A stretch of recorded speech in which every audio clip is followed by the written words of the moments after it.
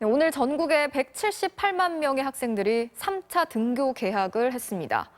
이제 전체 학생의 77%가 등교 개학을 한 건데요. 이 등교 개학 이후 코로나19에 감염된 학생들을 조사해 봤더니 모두 교실이 아니라 학교 밖에서 감염이 된 것으로 확인됐습니다. 특히 학원을 중심으로 확진자가 계속 나오면서 정부가 노래방이나 클럽처럼 학원에도 QR코드 도입을 검토하고 있습니다. 이덕영 기자가 취재했습니다. 3주째를 맞은 등교 개학. 고등학교 신입생들도 처음으로 학교를 찾았습니다. 친구들과 거리를 유지하고 자, 한팔 간격으로 띄웁시다. 한팔 간격으로. 현관 앞에서 열화상 카메라로 체온을 측정한 뒤 교실 안에서도 마스크를 쓴 채 한 칸씩 뛰어앉는 모습들이 벌써 능숙해 보입니다. 생각보다 괜찮았어요, 저는.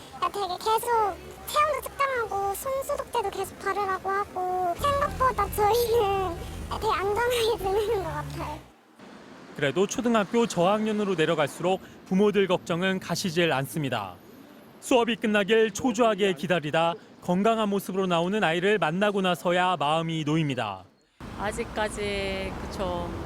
이게 완전히 해결된 문제가 아니니까 아직도 좀 걱정이 되긴 해요. 하지만 학교 안보다는 학교 밖이 더 위험했습니다. 방역당국이 등교 개학 이후 코로나19에 감염된 학생 40명을 조사한 결과 교내에서 감염된 사례는 한 명도 없었습니다. 가족에게서 걸린 경우를 제외하면 학원이나 과외 관련이 14건, 35%였고 그 외는 모두 노래방 등에서 감염됐던 겁니다.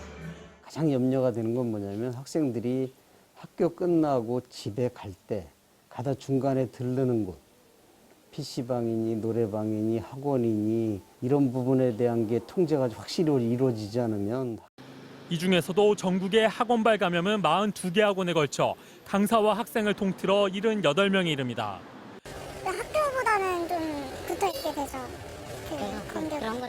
예전에는 마스크를 꼭 착용하고 수업을 했는데 지금은 좀 벗으면서 하는 분위기. 교육당국은 방역 위반이 적발되는 학원의 경우 문을 아예 닫게 할 수 있도록 법을 개정하기로 했습니다. 여기에 클럽이나 노래방에 적용하는 QR코드 입장제를 학원에도 도입할 계획입니다. MBC 뉴스 이덕영입니다.